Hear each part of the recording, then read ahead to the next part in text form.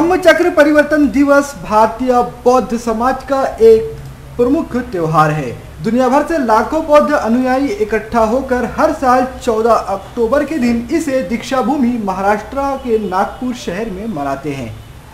20वीं सदी के मध्य में डॉक्टर बाबा साहेब अम्बेडकर ने अशोक विजयदशमी के दिन 14 अक्टूबर 1956 को नागपुर में अपने 5 लाख अनुयायियों के साथ बौद्ध धर्म अपनाया था। डॉक्टर अंबेडकर ने जहां बौद्ध धर्म की दीक्षा ली थी, वह भूमि आज दीक्षा भूमि के नाम से जानी जाती है। डॉक्टर अंबेडकर ने जब बौद्ध धर्म अपनाया था तब बुद्धाब्द बौद्ध वर्ष 2500 था। विश्व के कई देशों एवं भारत के हर राज्य से बौद्ध अनुयायी हर साल दीक्षा भूमि नागपुर आकर धम्मचक्र परिवर्तन दिवस 14 अक्टूबर को एक उत्सव के रूप में मनाते हैं। यह त्योहार व्यापक रूप से डॉक्टर बाबा साहेब अम्बेडकर के बौद्ध अनुयायियों द्वारा मनाया जाता है। डॉक्टर बाबा साहेब अम्बेडकर ने यह दिन बौद्ध धर्म दीक्षा के लिए चुना क्योंकि इसी दिन ईसा पूर्व 3री सदी में सम्राट अशोक ने भी बौद्ध धर्म ग्रहण किया था। तब से यह दिवस बौद्ध इतिहास में अशोक विजयदशमी के रूप में जाना जाता था। डॉक्टर बाबा साहेब अम्बेडकर ने 20वीं सदी में बौद्ध धर्म अपनाकर भारत से लुप्त हुए धर्म का भारत में पुनरुत्थान किया। इस त्योहार में विश्व के प्रसिद्ध बौद्ध व्यक्ति एवं भारत के प्रमुख राजनेता भी शामिल रहते हैं। इसी उपलक्ष्य में विदर्भ की सांस्कृतिक राजधानी अमरावती में भी बौद्ध समाज के लोग धम्म परिवर्तन दिवस की धूम मचा रहे हैं। बौद्ध समाज के अनुयायियों में इस अवसर पर काफी उत्साह देखा जा रहा है। लोग जगह जगह चौक चौराहों पर जमा होकर विश्व रत्न विधि विधाता डॉक्टर भीमराव अंबेडकर की प्रतिमाओं पर माला अर्पण कर रहे हैं और उन्हें भावपूर्ण श्रद्धांजलि दे रहे हैं।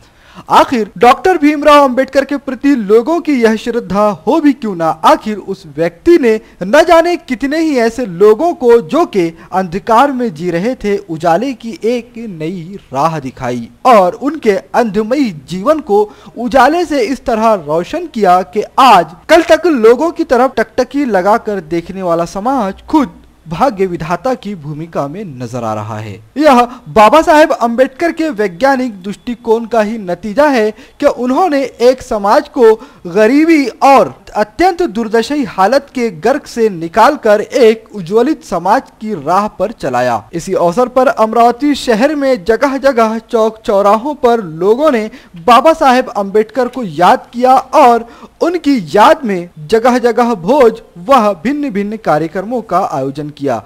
आज धम्मचक्र परिवर्तन दिनाच्या निमित्त मी फुलेशाहू आंबेडकरी विचारांच्या लोकांना सांगू इच्छितो की बाबासाहेबांनी आजच्या रोजी जे धम्मदीक्षा दिली आणि धम्मदीक्षा दिल्यानंतर त्यांनी आपल्याला त्या ठिकाणी 22 प्रतिज्ञा दिल्या आणि आपल्याला सामाजिक, धार्मिक आणि राजकीय ह्या 3 संघटना दिल्या।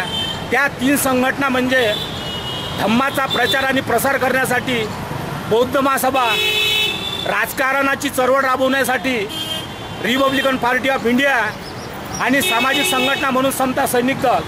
म्हणून माझं या जनतेला एवढंच आव्हान आहे, जर बाबासाहेबांचे तुम्हाला विचार प्रेरित करायचे असेल तर तुम्ही या 3 संघटनेशिवाय 4थी संघटना कोणतीही म्हणजे या ठिकाणी घेऊ नये आणि 4थ्या संघटनेवाल्याला सांगायचं की बाबासाहेबांच्या किती संघटना आहेत। बाबासाहेबांच्या सामाजिक, धार्मिक आणि राजकीय ह्या 3च संघटना आहे। 4थी संघटना कोणाची आहे असं त्याला आपण प्रश्न विचारावा आणि या 3च संघटनेला आपण सगळ्यांनी सहकार्य करावं, तेव्हाच बाबासाहेबांचे स्वप्न साकार होतील। आणि अजून आपल्यामधली अंधश्रद्धा गेला नाही, 22 प्रतिज्ञाचं पालन करावं आणि रविवारी दिवशी आपण बुद्धविहारात जावं आणि बाबासाहेबांनी सांगितल्याप्रमाणे त्या मार्गावर चालावं, एवढंच आजच्या ठिकाणी मी या धम्मचक्र परिवर्तन दिनाच्या निमित्ताने सांगू इच्छितो। जय भीम, जय भारत, जय बुद्ध। आज सम्राट अशोक धम्मचक्र परिवर्तन दिनानिमित्त सर्वांना हार्दिक शुभेच्छा। जय भीम, जय भारत। वडाली के प्रभाग नंबर 9 में भी प्रबुद्ध नगर में लोगों ने बाबा साहेब अम्बेडकर की प्रतिमा को माला अर्पण कर धर्म परिवर्तन दिन को मनाया। सकल विद्यापति ज्ञान साक्ष्य संगति शास्त्र शासनामति पंकजा नरवरा भगवंत आमुता करा भक्त साजा चौदार संगरी शास्त्रधारी कागरी कंपदा हरी उरी रूपा मुक्ति पंथ पूर्णता मनुस्मृती तारिका उजाडीला आरतीचा मार्ग साधा राष्ट्र घटना कृती शोभतिया भारती गोविंद पटव बोलती साध्य शरण बुद्धासमी शरण धम्मासमी शरण संघासमी भीमा राजा भीमा राजा भीमा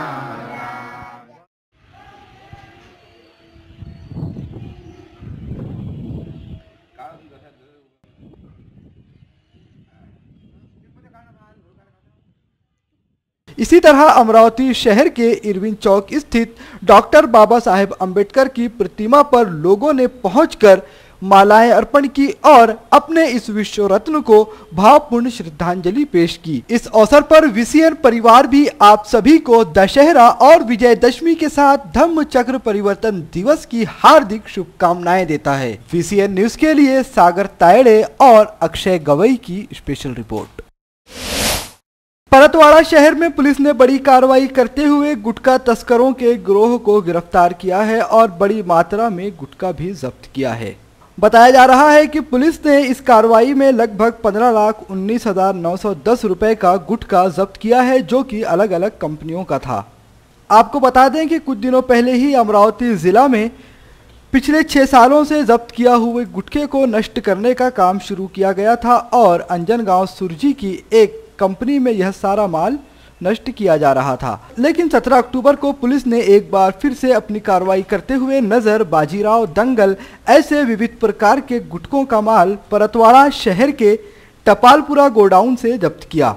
यह कार्रवाई 17 अक्टूबर की शाम एसपी डॉक्टर दिलीप झलके के मार्गदर्शन में API Nitin Chauhan, head constable Mahendra Meshkar, Manoj Chatre, Shivaji Dhuge, police constable Sunil Mahatme, police constable Sagar Jadhav के साथ अधिक कर्मचारियों ने की। जब्त गुटखा माल की कीमत 15,19,910 रुपए बताई जा रही है। इस मौके पर पुलिस ने आरोपी संतोष खेलानी को गिरफ्तार किया है। फिलहाल पुलिस आगे की कार्यवाही में जुटी हुई है।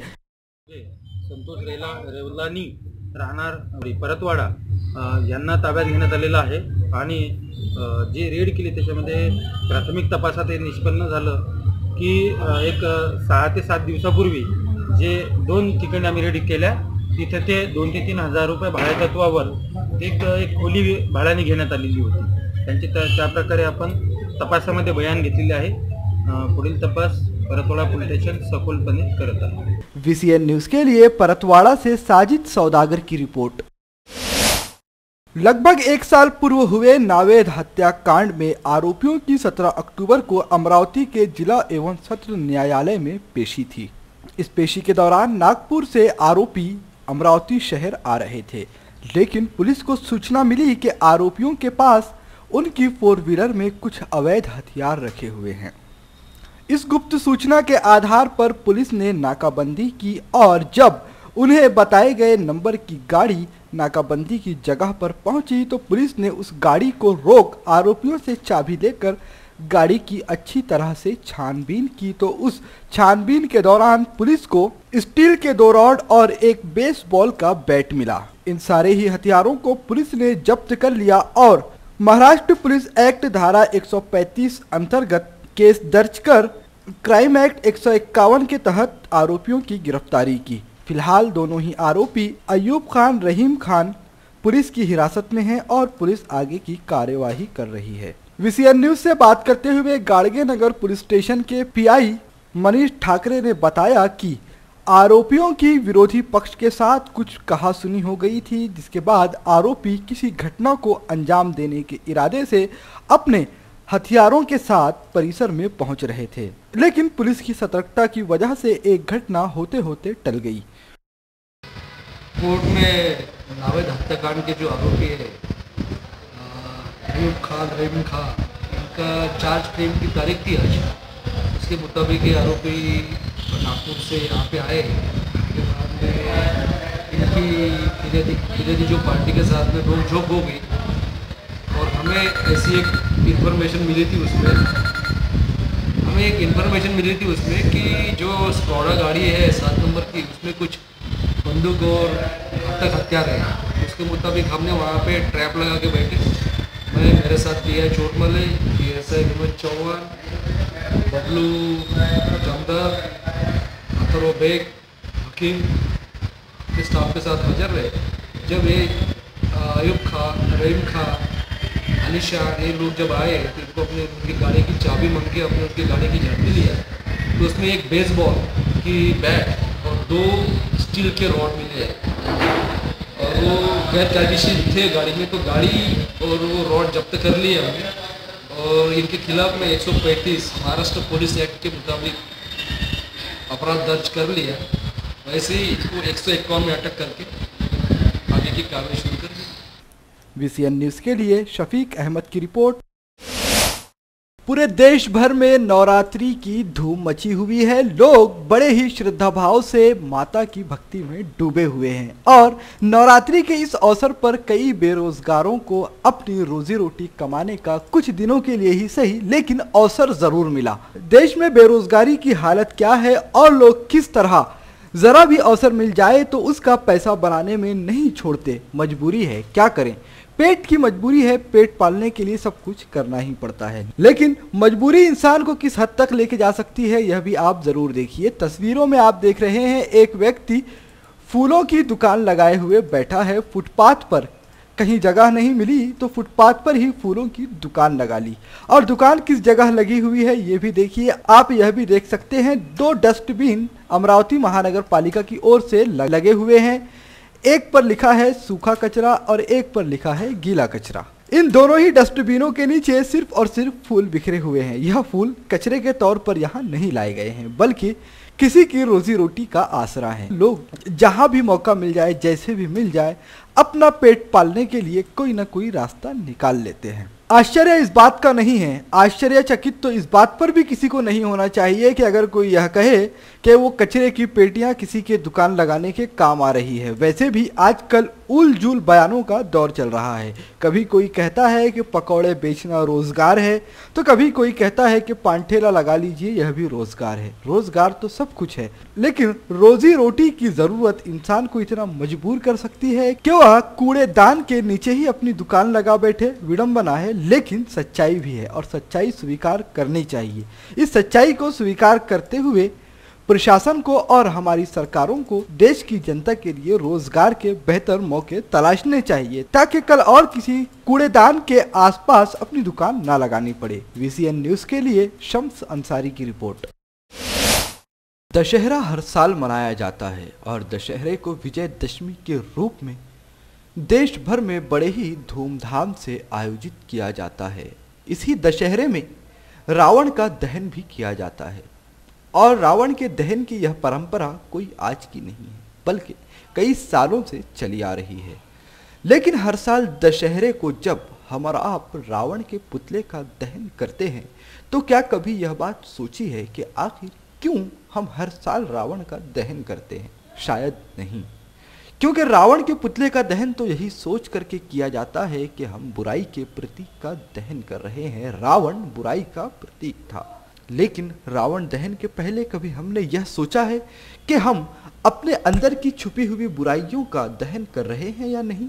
क्या समाज में बैठ करके बैठी हुई सदियों से चली आ रही कुप्रथाएं सिर्फ रावण के दहन कर देने से समाज से खत्म हो जाएगी? जी नहीं, हरगिज नहीं। तो हम जब भी रावण का दहन करें इस बात को जरूर सोचें कि क्या हम अपने अंदर की बुराइयों का दहन कर रहे हैं या नहीं। आखिर क्यों पिछले कई सालों से रावण का दहन तो किया जा रहा है और हर साल रावण के पुतलों के दहन किए जाने की संख्या में इजाफा भी होता जाता है, लेकिन फिर भी समाज में बुराइयां बढ़ती चली जा रही हैं। आखिर इसके पीछे की वजह क्या है? इसके पीछे की वजह सिर्फ एक है कि हम बुराई के प्रतीक का दहन तो कर रहे हैं, लेकिन समाज में और अपने दिल के अंदर बैठी हुई बुराइयों को उसी तरह से सींचते चले जा रहे हैं जैसे किसान अपनी खेती की पिराई करता है। जी हाँ, अगर हमने अंदर की पैठ की हुई बुराइयों का दहन किया होता तो शायद समाज में आज भी महिलाओं की आबरूओं से खिलवाड़ नहीं किया जा रहा होता। शायद आज भी समाज में किसी मजलूम की आवाज को दबाया नहीं जा रहा होता। शायद आज भी समाज में किसी गरीब की जमीन पे बेवजह कब्जा नहीं किया जा रहा होता। शायद आज भी समाज में सरेआम किसी बेगुनाह का खून सरेराह पड़ा नहीं होता। जी हाँ, यह सारी कुप्रथाएं आखिर क्यों नहीं हमारे समाज से खत्म हो रही? यह सब कुछ सिर्फ रावण का पुतला जला देने से नहीं होगा, बल्कि ज़रूरत है कि इस विजयदशमी के अवसर पर हम सब साथ खड़े हों और एक सुर में कहें कि इस विजयदशमी पर सिर्फ रावण के पुतले का दहन नहीं किया जाएगा, बल्कि समाज की हर एक कुप्रथा के प्रति हम दहन की भावना व्यक्त करेंगे और हर एक कुप्रथा को समाज में जड़ से निकाल फेंकेंगे। तभी शायद हमारे रावण दहन का मकसद कामयाब हो पाएगा। समाज में आज भी महिलाओं की इज्जत रेजी की जा रही है। रावण बुराई का प्रतीक जरूर माना जाता है, लेकिन क्या हमने कभी यह सोचा कि बुराई के प्रतीक उस रावण ने अपनी मर्यादा का पालन इस तरह किया कि सीता मैया के आंचल तक को हाथ नहीं लगाया, और आज हम एक सभ्य समाज में रहकर अपने आप को बुराई से नफरत करने वाला बता करके भी सारी बुराइयों को खुद जन्म दे रहे हैं। शायद ये हमारे समाज का दोहरा मापदंड है जो कि नहीं होना चाहिए। और रावण दहन आजकल राजनीतिक गलियारों में राजनीतिक की रोटी को सेकने का मौका भी बन चुका है। कई राजनीतिक दल या कई सामाजिक संगठन रावण के दहन का विरोध भी कर रहे हैं, तो कई राजनीतिक दल अपनी रोटी को सेकने के लिए धूमधाम से रावण का दहन भी कर रहे हैं। उन सभी राजनीतिक दलों को भी यह सोचने की जरूरत है, क्या उन्होंने अपने अंदर की बुराइयों को निकाल फेंका?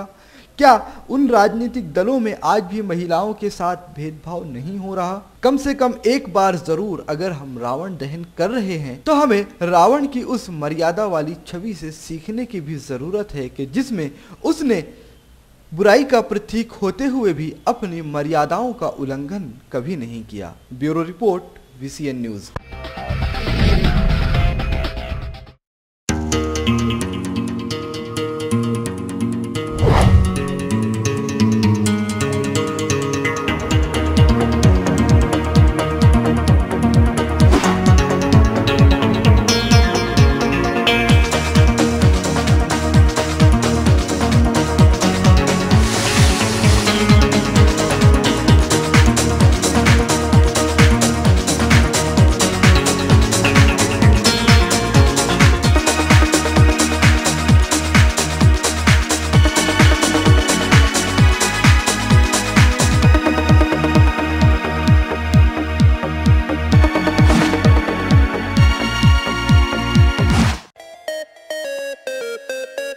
विदर्भ का सबसे बड़ा शोरूम बिजीलैंड में Aradhana wholesale shopping mall, wholesale rate में रिटेल बिक्री।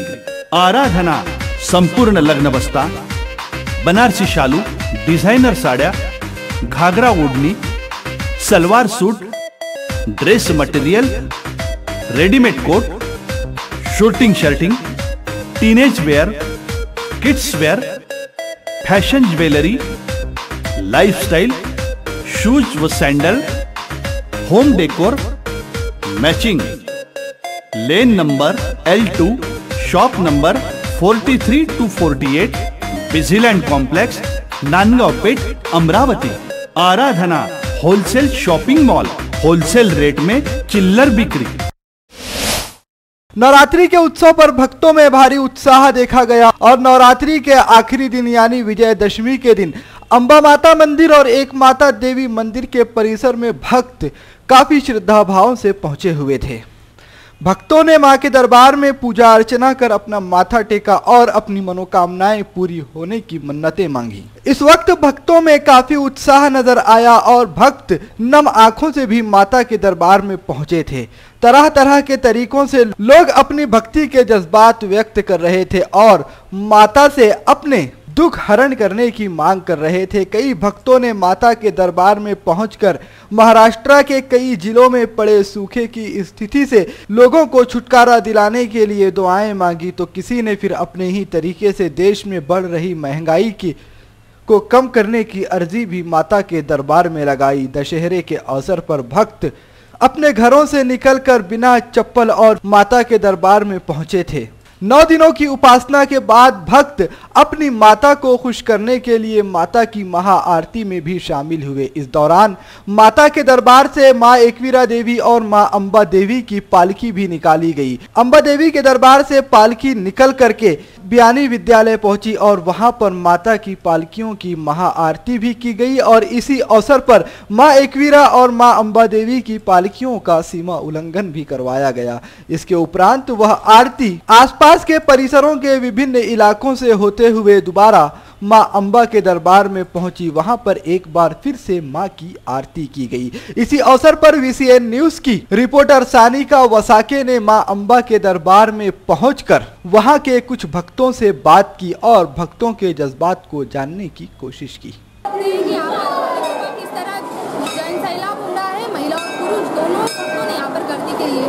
बच्चों से लेकर बूढ़ों यहाँ पर हर कोई माँ के दर्शन के लिए आ रहा है और आप देख सकते हैं कि इस तरह यहाँ पर उन्होंने गर्दी की है। अपने माँ से अपनी मन की मुरादें मांगी जा रही है। 2 दिनों का अभी आपका अनुभव कैसा रहा? शारदीय नवरात्र सभी भाविक भक्तगणों को हमारे बोबड़े परिवार की तरफ से हार्दिक शुभेच्छा।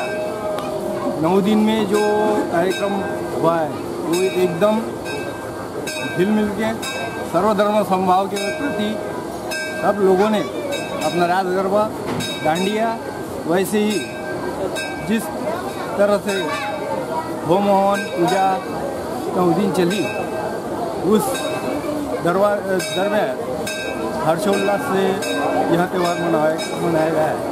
जो नवविवाही जोड़ियाँ होती है वो अक्सर माँ के दर्शन के लिए सबसे पहले आती है और मतलब हर साल वो माँ का आशीर्वाद लेती है। फिर आप मतलब आपने इतनी देर कैसे?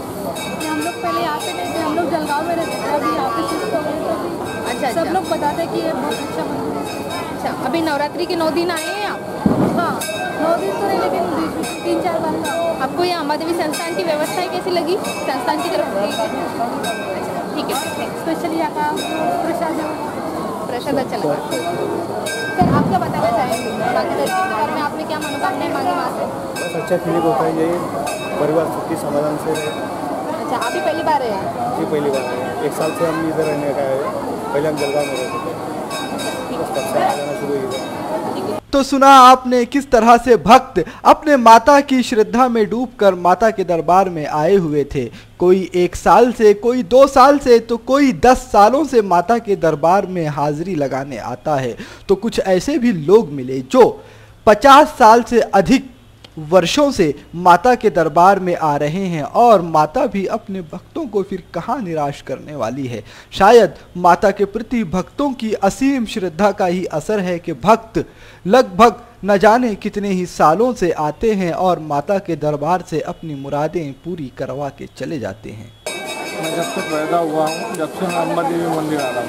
अच्छा, तो आपको क्या लगता है अभी आप इतने सालों से आ रहे हैं तो अम्बा देवी के पास आप जितने भी साल मतलब हर साल मनोकामनाएं करते हैं तो वो अम्बा माता पूरा करते हैं? हाँ बिल्कुल, विशेष करके अम्बा माता पूरा करती है। नवरात्रि में हर्ष उल्लास के साथ हम नवरात्रि मनाते हैं, हमारे पूरे परिवार के साथ में उत्सव मनाते हैं, उत्सव का आनंद भी लेते हैं और दशहरे के दिन समापन के समय माता जी से अगले साल के नए साल के लिए और उत्साह भरे रहे तो इसकी मनोकामना भी मांगते हैं माता। आपको इस साल नवरात्रि की धूम कैसी दिखाई दे रही है अम्बा देवी संस्थान? धूम तो बहुत अच्छी है, हर साल से काफ़ी अच्छी है, लेकिन उस हिसाब से थोड़ी सी ट्रस्ट की तरफ से थोड़ी जो होनी चाहिए थी पब्लिक के लिए सुविधा वो थोड़ी काफ़ी कम है हर साल के मुकाबले। किस चीज़ में आपको असुविधा मतलब दिखाई दे रही है? पब्लिक की जो रहती है रेगुलर जो लाइन वगैरह वो जो रहती है उस हिसाब से थोड़ी सी कम लगी है। आप कितने साल से यहाँ पे आ रहे हो?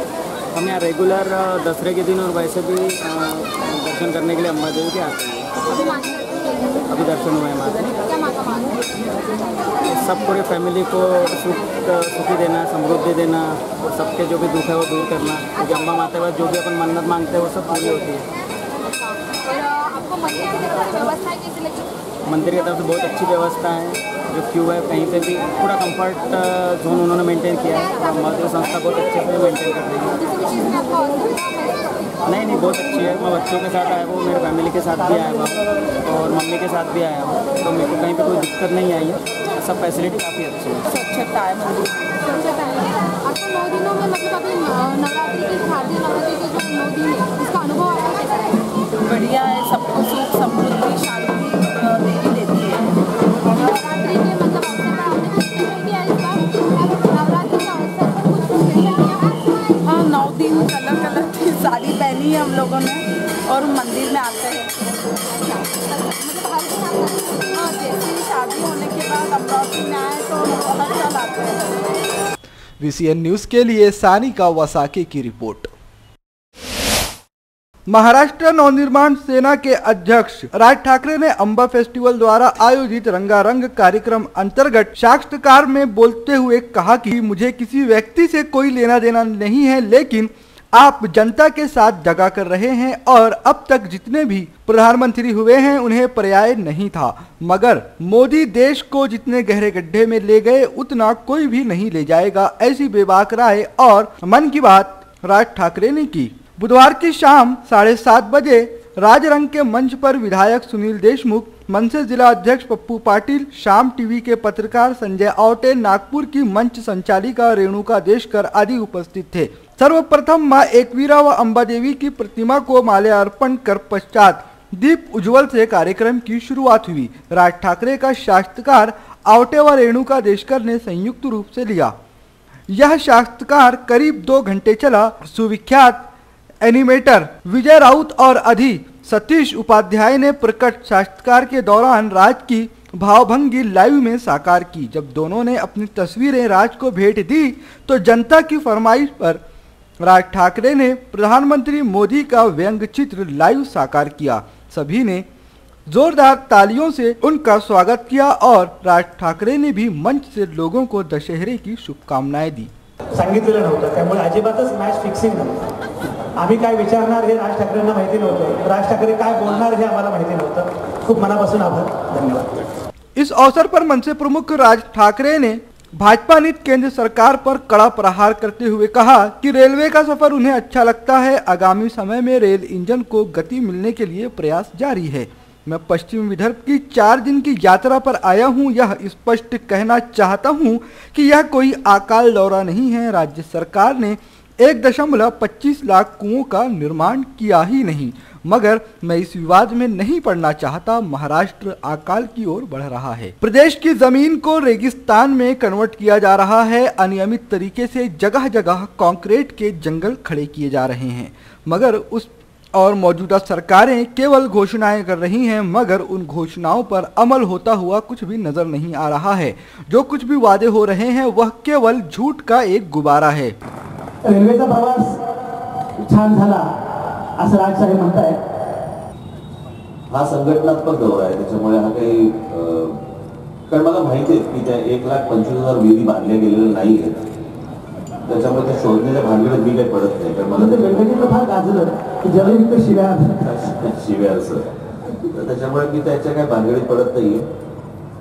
त्याच्या अगोदरच्या अनेक माझ्या सभांमधनं मी सांगितलं होतं की मला असं वाटतं नॅशनल जिओग्राफिकचा किंवा कोणाचा तरी एक सर्वे आहे जो आहे माझ्याकडे, आणि त्यांनी असं सांगितलं होतं की मराठवाडा, विदर्भाचा अनेक मोठा पट्टा, उत्तर महाराष्ट्राचा पट्टा, काही पश्चिम महाराष्ट्राचा पट्टा, ह्याचं वाळवंटीकरणाची प्रोसेस सुरू झालेली आहे। आणि त्याच्यात त्यांनी असं दिलं होतं की वाळवंटीकरण एकदा झालं त्याचं जमिनीचं, आणि उद्या जर वाळवंट झालं, त्यांनी मला असं वाटतं 2025-2030 का असं त्यांनी तो कालावधी सांगितलाय की त्यावेळेला या संपूर्ण प्रदेशाचं वाळवंटीकरण होईल। आणि एकदा त्याचं वाळवंटीकरण झालं आणि त्याच्यानंतर जर परत पूर्ववत जमीन करायची ठरवली तर साधारणपणे 250 ते 300 वर्ष लागतील असा त्यांचा रिपोर्ट आहे. अगोदरचं सरकार असू देत नाही आताचं सरकार असू देत, या सगळ्या गोष्टींकडे ज्या प्रकारचा गांभीर्याने पाहायला पाहिजे त्या प्रकारे पाहिलं जात नाही. आपण खूप वरवरचा विचार करतो आणि घोषणा करणं आणि प्रत्यक्ष त्याची अंमलबजावणी करणं. खरं तर मला ही अपेक्षा नव्हती की आम्ही 1,25,000 विहिरी बांधल्या. 1,25,000 विहिरी बांधूच शकत नाही तुम्ही आणि मुख्यमंत्र्यांनी अशा प्रकारची गोष्ट सांगावी. मला असं वाटतं की याचा अर्थ दुर्दैव नाही, कारण इतकं खोटं महाराष्ट्राला सांगून तुम्ही काय आपण काय मिळवतोय का याच्यातनं. म्हणजे मला आज भारतीय जनता पक्षात तर तुम्ही म्हणालात की कुलकर्णी भारतीय जनता पक्षाचे आहेत, की एका पक्षाचा आहे, अजून तुम्ही काही वेगळ्या पक्षाचे आहात. मला असं वाटतं या सर्व पक्षांच्या पलीकडे महाराष्ट्र खूप मोठा आहे आणि त्याच्याकडे लक्ष देणं खूप गरजेचं आहे. इस अवसर पर राज ठाकरे ने संगीत से जुड़े सवाल का जवाब देते हुए कहा कि परिवार का कोई सवाल ही नहीं आता. उनकी मां का नाम मधुवंती, बहन का नाम जयवंती था. गीतों के राग पर नाम आधारित थे. मेरे पिता श्रीकांत वायलिन बजाते थे. उन्होंने मुझे तबला और गिटार सिखाने का प्रयास किया, मगर मेरे भीतर व्यंग्य चित्रकार रहने से मैं उस झमेले में नहीं गया. कक्षा 10वीं व 12वीं में स्वराज नाम से व्यंग्य चित्र बनाया. तब बाला साहब ठाकरे ने मुझे कहा कि राज ठाकरे के नाम से व्यंग्य चित्र बनाएं. मैं कोई स्नातक नहीं और उसका कोई संबंध भी नहीं, क्योंकि स्नातकों का प्रत्याशी स्नातक होना जरूरी नहीं. पढ़ा लिखा नहीं भी रहे तो चलता है, मगर पढ़े लिखे इंसानों को उसे वोट करना अनिवार्य है. इस अवसर पर मनसे प्रमुख राज ठाकरे ने अपने चचा बाला साहेब को याद करते हुए कहा कि मैं तृतीय वर्ष से कॉलेज छोड़ दिया. मुझे एनिमेशन पढ़ना था. व्यंग्य चित्र के बादशाह बाला साहेब ठाकरे मेरे घर में ही थे. उन्होंने मुझे स्केचिंग व इचिंग सिखाया. व्यंग्य चित्र बनाते वक्त इतिहास व संदर्भ का ज्ञान जरूरी है. व्यंग्य चित्र बनाने पर मैं उसे फेसबुक पर डालता हूँ. लहानपण कसं गेलंय तुमचं? लहानपण मजेत गेलं. माझ्या वडिलांनी माझं नाव स्वरराज असं ठेवलं. आमच्या घरामध्ये माझ्या वडिलांनी माझ्या आईचं, माझ्या लग्न झाल्यानंतर माझ्या आईचं, माझ्या बहिणीचं आणि माझं नाव, माझ्या आईचं नाव ठेवलं मधुवंती. मधुवंती हा राग आहे. माझ्या बहिणीचं नाव ठेवलं जयवंती, तो देखील एक राग आहे. आणि माझं नाव ठेवलं स्वरराज. माझ्याकडनं त्याला खूप अपेक्षा होती की मी काहीतरी संगीतामध्ये करेन. लहान असताना मला त्यांनी ते स्वतः उत्तम व्हायोलिन वाजवायचे. बडे गुलाम अली खान यांच्याबरोबर त्यांनी त्यावेळेला व्हायोलिनची साथ दिलेली आहे आणि त्यांना असं वाटलं होतं की मला काहीतरी गायचं म्हणून त्यांनी पहिल्यांदा त्यांनी मला व्हायोलिन शिकवायचा प्रयत्न केला. ते काही झालं नाही. मग मला तबला शिकवायचा प्रयत्न झाला, तेही काही घडलं नाही. मग मला त्यांनी मला गिटार शिकायला असं वाटलं. मला कधीतरी का वाटलं माहित नाही.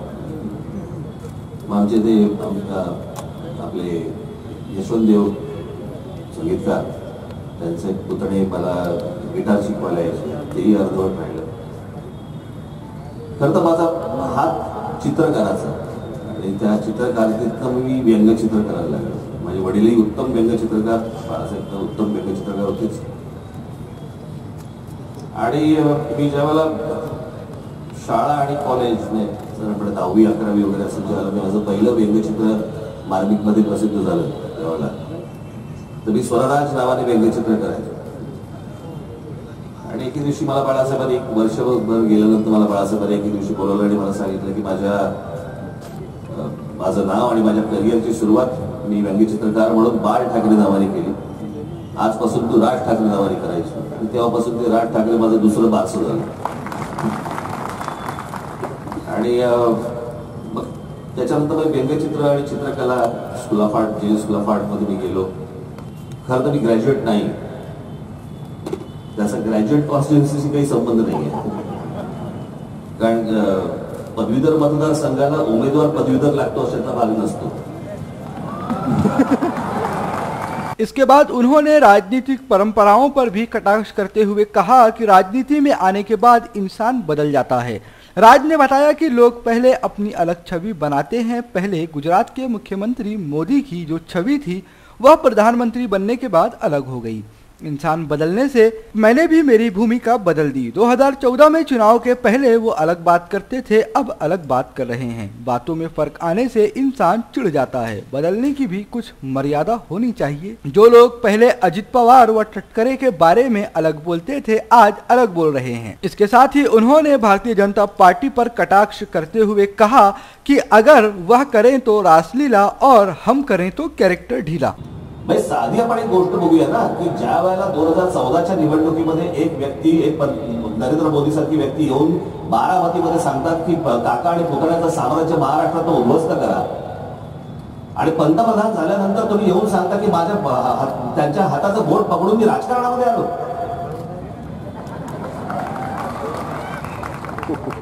माणूस किती बदलावा याला काय मर्यादा?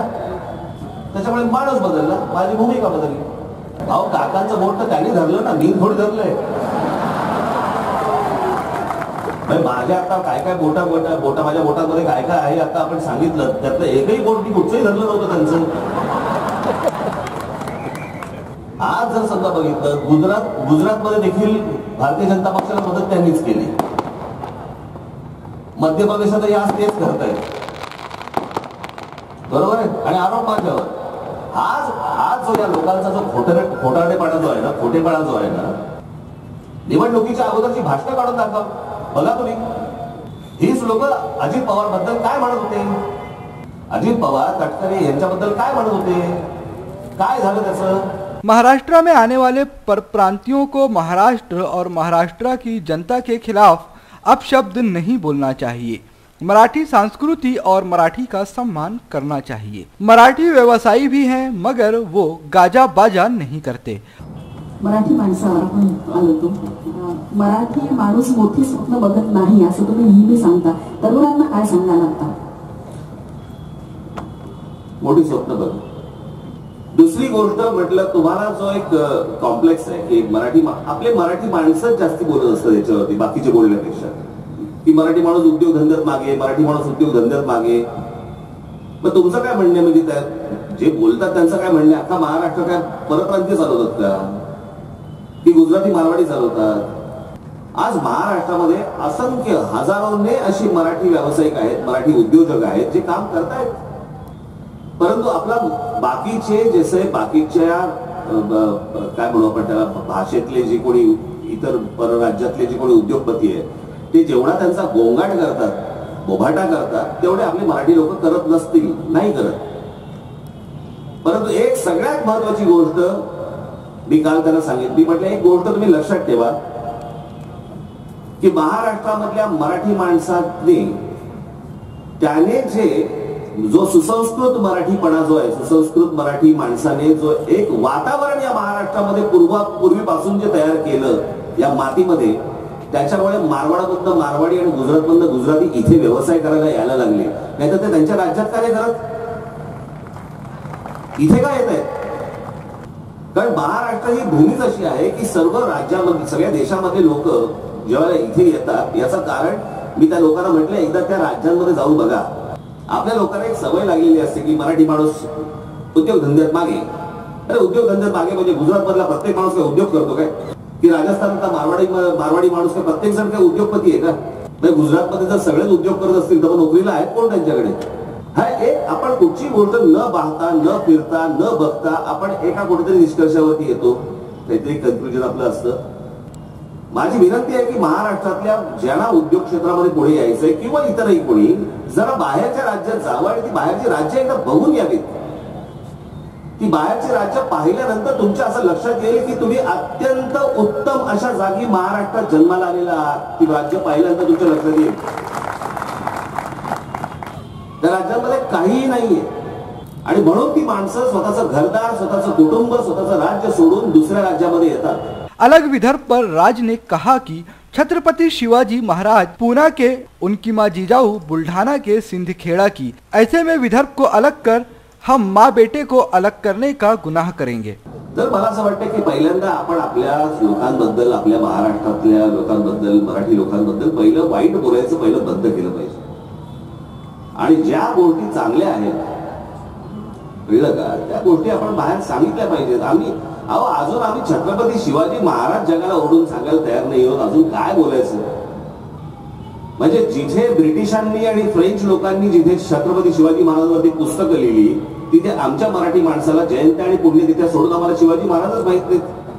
जयंती आणि पुण्यतिथीला जायचं आणि छत्रपती शिवाजी महाराज की जय म्हणून हार घालायचं, याच्या पलीकडे आम्हाला काय माहिती आहे? आणि फक्त त्यांच्या नावाने वाद घालायचे, या पलीकडे आपण काय करतो? महाराष्ट्र के वीर पुत्र श्री छत्रपति शिवाजी के दर्शन करने के बाद माता के दर्शन के लिए दूसरे राज्य में जाना पड़ेगा। इसके साथ ही राज ठाकरे ने भाजपा के पटेल राग पर भी जमकर आक्षेप किया। राज ठाकरे ने कहा कि 31 अक्टूबर को भाजपा सरदार वल्लभ भाई पटेल की विशालकाय लौह प्रतिमा का अनावरण करने जा रही है। उन्हीं वल्लभ भाई पटेल ने संघ के बारे में क्या कहा था, उसका रिकॉर्ड मेरे पास है। जिस दिन इस प्रतिमा का अनावरण होगा उस दिन मैं उन्हें बताऊंगा। राज ने यह भी स्पष्ट किया कि वह सोच समझकर नहीं बोलते। भाषण करते वक्त हाथ पैर को पसीना फूटता है, कभी कभी वह मुद्दे भी छोड़ देते हैं। अंबा फेस्टिवल में आए हुए राज ठाकरे ने अपनी मातू पार्टी के मौजूदा मुख्य उद्धव ठाकरे पर भी कटाक्ष करते हुए कहा कि सत्ता में बने रहने के लिए भाजपा ने उद्धव ठाकरे को गोद में लिया है। जब भी बड़ी रकम की जरूरत होती है, शिवसेना की ओर से धमकी दी जाती है, वो सत्ता से बाहर निकल जाएंगे। अब तक यह केवल धमकी रही, यह हंसने की बात नहीं क्या?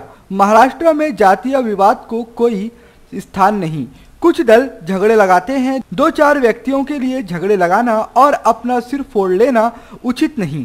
पंढरपुर जाने वाला व्यक्ति जब हाथ में ध्वज लेकर चलता है तो यह किसी जाति का नहीं रहता। इसके साथ ही उन्होंने मनसे के बारे में बताते हुए कहा कि मराठी अस्मिता के लिए मनसे ने व्यापक आंदोलन छेड़ा।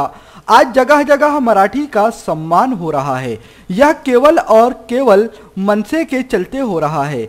आज मोबाइल पर जो मराठी भाषा सुनने को मिलती है वह केवल मनसे की बदौलत है। नासिक में 5 सालों में जितना विकास हुआ है उतना विकास पिछले 20 सालों में नहीं हो पाया। हम महाराष्ट्र का ब्लूप्रिंट लेकर तैयार थे, मगर आगे किसी ने पूछा नहीं। विकास का प्रारूप रखने वाला केवल मनसे पक्ष है, जिनसे उम्मीद है उन्हें गालियां देते हैं और जो बकवास करते हैं उन्हें वोट देते हैं। 2009 में हुए विधानसभा चुनावों में मिली सफलता को याद करते हुए राज ने अपने जीवन के कुछ अंतरंग पहलुओं पर बताया कि इंदिरा जी के जमाने में उन्हें व्यंग्य चित्र बनाना था, मगर वह छोटे थे। उनके पसंदीदा नेता बाला साहब ठाकरे हैं। सबसे ज्यादा खुशी उन्हें तब मिली जब मनसे के 13 विधायक चुन के आए। सबसे ज्यादा दुख जब हुआ जब केवल 1 विधायक चुनकर आया। पसंदीदा खाद्य पदार्थ साबूदाना खिचड़ी है। इसके साथ ही राज ठाकरे ने नोटबंदी पर भी चुटकी लेते हुए कहा, नोटबंदी फेल होने की बात आरबीआई ने स्पष्ट की। हजारों करोड़ गए, पेट्रोल डीजल महंगा होने के बावजूद मीडिया खामोश है। इंदिरा गांधी ने इमरजेंसी लागू की ऐसा कहा जाता है, मगर यह लोग क्या कर रहे हैं? यह भी एक प्रकार की इमरजेंसी है, जनता सब जानती है, उसे भी मौका मिलता है। पिछले कुछ दिनों देश के मीडिया के परिवेश में घटी घटनाओं पर भी राज ठाकरे ने स्पष्ट रूप से कहा कि जिस तरह से मीडिया को डराया और धमकाया जा रहा है, यह आने वाले दिनों की खतरनाक चित्र को दर्शाने के लिए काफी है। आज से पहले मीडिया को कभी भी इस तरह कठपुतली के तौर पर इस्तेमाल नहीं किया गया, लेकिन अब जो भी सरकारें आएंगी वह मीडिया को अपने हाथों का खिलौना समझेंगी और डराने धमकाने की वृत्ति में और ज्यादा इजाफा होगा। Bureau report, VCN news. Shraddha family shopping में जाएंगे हम सभी, साड़ियों की नई डिजाइन देखो यहीं से लाएंगे। श्रद्धा फैमिली शॉपिंग में जाएंगे हम सभी, लेडीज जेंट्स बच्चों की हर फैशन लाएंगे सभी।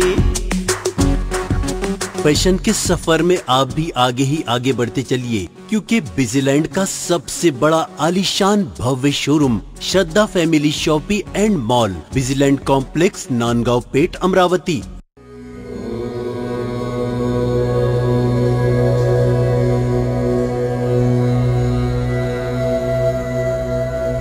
संवाद ज्योतिष एवं आध्यात्मिक अनुसंधान केंद्र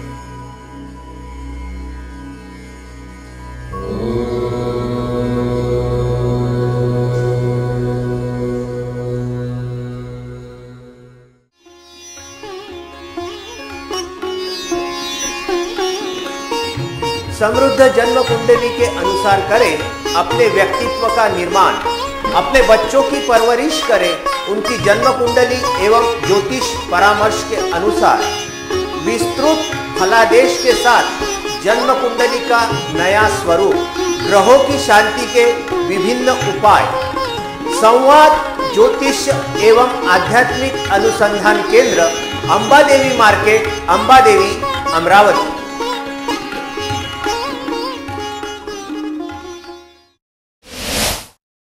सत्रह अक्टूबर 2018 को विजयदशमी की पूर्व संध्या पर राष्ट्रपिता महात्मा गांधी की 150वीं जयंती व विजयदशमी के अवसर पर आत्महत्याग्रस्त किसान व खेती में मजदूर करने वाले जरूरतमंद लोगों के बच्चे और बच्चियों को साइकिल बांटी गई। इस अवसर पर वलगांव क्षेत्र के कई गणमान्य लोग मौजूद थे। इस कार्यक्रम का मेन मकसद था राष्ट्रपिता महात्मा गांधी की जयंती के अवसर पर गरीब परिवारों की सहायता करना। इस कार्यक्रम में राष्ट्रसंत तुकड़ू जी महाराज को भी याद किया गया। इस कार्यक्रम के आयोजक प्रकाश साबले व औनुल्लाह खान थे। यह कार्यक्रम वलगांव में आयोजित किया गया। इस कार्यक्रम के जरिए गरीब परिवारों की सहायता करना असल मकसद था। इस कार्यक्रम की शुरुआत से पहले वहां पे मौजूद गणमान्य हस्तियों का शाल और पुष्प गुच्छ देकर स्वागत किया गया। इस कार्यक्रम में भारी संख्या में आसपास के परिसरों के लोग आए हुए थे और इस कार्यक्रम को किसान और मजदूर समाज का अच्छा खासा प्रोत्साहन मिला। इस तरह के कार्यक्रमों से जगह जगह न जाने कितने ही गरीब किसान मजदूरों की सहायता की जाती है, लेकिन इस तकलीफ में हालत में जरूरत है कि सरकारों द्वारा कोई ऐसी बेहतर नीति निर्धारित की जाए जिससे गरीब और वंचित परिवारों का कल्याण हो सके। VCN न्यूज के लिए शफीक अहमद की रिपोर्ट। अलीगढ़ मुस्लिम यूनिवर्सिटी के संस्थापक सर सैयद अहमद खान की याद में मुशायरे का आयोजन किया गया। शायरों ने इस मुशायरे में अपनी कलात्मक शायराना अंदाज से समा बांधा। अमरावती में अलीगढ़ मुस्लिम यूनिवर्सिटी के संस्थापक और नेता और स्वतंत्रता सेनानी सर सैयद अहमद खान के जन्मदिन के उपलक्ष्य में मुशायरे का आयोजन किया गया। सर सैयद अहमद खान शिक्षण संस्थान अमरावती की ओर से पठान चौक स्थित लाइब्रेरी में इस मुशायरे का आयोजन किया गया, जिसमें जिला भर से आए शायरों ने अपनी रचनाएं प्रस्तुत की। इस मुशायरे में मौलाना अब्दुल कलाम आज़ाद उर्दू नेशनल यूनिवर्सिटी अमरावती विभाग के इंचार्ज अफरोज हैदर रिजवी प्रमुख तौर से उपस्थित रहे। मुशायरे की अध्यक्षता अमरावती शहर के पत्रकार डॉक्टर बशीर खान पटेल ने की। मुशायरे का संचालन अमरावती के शायर अदीब अलीमी ने की। मुशायरे में शायर रहमान रोशन, अली सुबहान जैदी, बशीर बशर, अब्दुल्ला अता, नासिर बेग नासिर, कमर राज, अली इसरार, आदिल आरजू, नियाज कशिश, इमरान वासिफ ने अपनी रचनाओं से श्रोताओं का मन मोह लिया। उस घर का ढूंढती रहती है उसे आंखें, अजनबी हो गया कहाँ गया, ढूंढती रहती है उसे आंखें, अजनबी हो गया कहाँ गया। Sir Syed Ahmad education society ने आज जो इस नशिस्त का इनेकाद किया था, इसका मकसद ये था कि सर सैयद की हालात जिंदगी पर रोशनी डाली जाए और जो नए लिखने वाले हैं, वो चाहे अफसाना नवीस हों, नस्ली तहरीर वाले हों या फिर नज़्म में शायरी में काम करने वाले हों, इनको आगे मौके फराहम करना और इनके लिए एक नई ज़मीन हमवार करना, ये हमारी कोशिश है और हम मुस्तक़बिल में भी इस तरह के प्रोग्रामों का इनेकाद करते रहेंगे। कि यौम पैदाइश हर साल मनाई जानी चाहिए। इससे हम सभी लोगों को एक इबरत मिलती है। कौम को उन्होंने किस तरीके से एक ओरिएंटल कॉलेज इस्टेब्लिश किया था अंग्रेजों के ज़माने में, उसका मकसद क्या था, आगे उसका क्या उनका विजन दिया, तो उसका एक अलीगढ़ यूनिवर्सिटी के रूप में इस्टेब्लिश की फॉर्म में इस्टेब्लिश हो चुकी है। तो इस तरीके की जो शख्सियत है उनके यौम पैदाइश हर साल बनानी चाहिए। इस तरीके की नशिश जो हुई है बहुत ही सक्सेसफुल हुई है। इस तरीके से प्रोग्राम जगह जगह पूरे हिंदुस्तान में होनी चाहिए ताकि लोगों को और जो नए तलबा हैं उनको एक नई इज्जत मिले। इस मुशायरे में अकील भाई मसाले वाले, Salim sir, Naseem Pappu, Shakir master, Salman ATS, Laeeq भाई, इरफान सैयद अदी उपस्थित रहे। VCN न्यूज के लिए शफीक अहमद की रिपोर्ट। महाराष्ट्र 21 गणेश क्षेत्र में से और विदर्भ के अष्टविनायक को में से एक ऐसा ये महत्वपूर्ण श्री गणेश चिंतामणि यवतमाल से 23 किलोमीटर दूरी पर कलम्ब में यहाँ प्रत्यक्ष इंद्र ने स्थापित किया हुआ है। चिंतामणि गणेश मंदिर गांव के जमीन स्तर से 33 फुट गहरा ऐसा तलघर दृश्य है, जिसमें चिंतामणि गणेश की 4.5 फुट ऊंची विलोभनीय एवं नयन रम्य मूर्ति विराजमान है। श्री गणेश पुराण व श्रीमद् मुद्रत पुराण में उल्लेखित ऐसा चिंतामणि है। महर्षि गौतम ऋषि ने इंद्र देव के शाप मुक्त होने के लिए विदर्भ के कलम्ब क्षेत्रीय जाकर श्री गणेश की तपश्चर्या करने के लिए कहा। वह यही कलम्ब देवराज इंद्र ने श्री गणेश पूजा नास्तव पृथ्वी जलना उपयोग करके प्रत्यक्ष स्वर्ग से श्री गंगा को आवाहन करके उस पानी में श्री पूजन की। हर 12 वर्ष में यहाँ कुंड का जल का स्तर बढ़ता है और श्री चिंतामणि के पदस्पर्श हुआ जल का स्तर खुद ब खुद कम होने लगता है। ऐसी घटनाएं 1918, 1933, 1984, 1958, 1970, 1983 और 1995 इस समय में अनुभव की गई है। ऐसी जानकारी विश्वस्त रोशन गोरे और श्याम केवते ने दी। विदर्भातील अष्टविनायकापैकी चिंतामणी हे एक गणपतीचे मंदिर आहे। हे इंद्रस्थापित पुरातन मंदिर असल्यामुळे या मंदिराला खूप महत्त्व आहे। इतिहासकालीन असे लिहिले आहे की इंद्राला गौतम ऋषीने शाप दिला व त्याला असे सांगण्यात आले की भी तू कदंब या नगरीत जाऊन गणेशाचे पूजन करून शापमुक्त होशील। त्यामुळे इथे श्री चिंतामणीची स्थापना करण्यात आलेली आहे। 17 अक्टूबर को स्थानीय श्री विश्वकर्मा सिल्वर हाउस से निर्मित करके 51 किलो का चांदी का मंदिर कलम्ब ले जाया गया। श्री अष्टविनायक कदम का मंदिर श्री विश्वकर्मा सिल्वर हाउस में बना है, जो 100% सिल्वर का ये मंदिर बना है, जिसका वजन 51 किलो है। VCN न्यूज के लिए खामगांव से वरिष्ठ प्रतिनिधि फारूक सर की रिपोर्ट। घट स्थापना से लेकर नवमी तक नवरात्रोत्सव बड़े हर्षोल्लास के साथ संपूर्ण भारतवर्ष में मनाया गया। इसी श्रृंखला में अमरावती के विदर्भ डिजिटलाइजेशन प्राइवेट लिमिटेड के संचालक दीपक जायसवाल इनके यहाँ पर हर वर्ष की तरह इस वर्ष भी नवरात्रोत्सव बड़े हर्षोल्लास के साथ मनाया गया। घट स्थापना के दिन से 9 दिन के संगीत रजनी की सेवा यहाँ लगातार चलती रही। विगत कई वर्षों से चली आ रही अपनी पैतृक परंपरा को निभाते हुए दीपक जायसवाल ने अपने घर में मां दुर्गा की स्थापना की थी। हर वर्ष की तरह इस वर्ष भी करीब 5000 लोगों ने यहाँ पर नवमी के दिन शाम महाप्रसाद का लाभ उठाया। इस समय शिवसेना के शहर प्रमुख संजय शेट्टे तथा उनके मित्र मंडली द्वारा भजन पूजन का एक अनोखा कार्यक्रम भी इस समय प्रस्तुत किया गया था।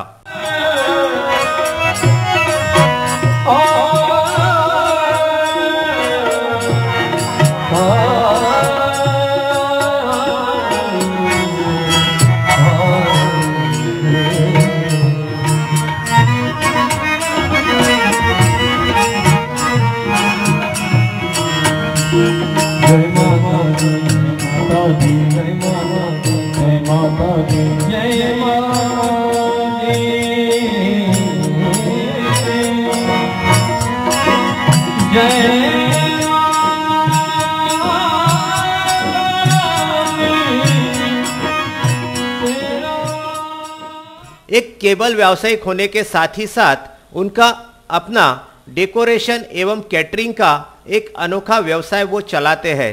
अपने मिलनसार स्वभाव की वजह से आसपास के इलाके में उनकी अच्छी खासी पहचान बनी हुई है। हर वर्ष की तरह इस वर्ष भी 9 दिन भजन पूजन एवं संगीत के साथ साथ कुमारिका पूजन सुबह शाम की आरती के साथ उन्होंने माँ दुर्गा की आराधना बड़े हर्षोल्लास एवं आनंद उत्साह के साथ की थी। अपने संपूर्ण परिवार के साथ साथ सभी ने यहाँ पर आए श्रद्धालुओं को बड़े प्यार से भोजन खिलाया तथा महाप्रसाद का वितरण किया गया।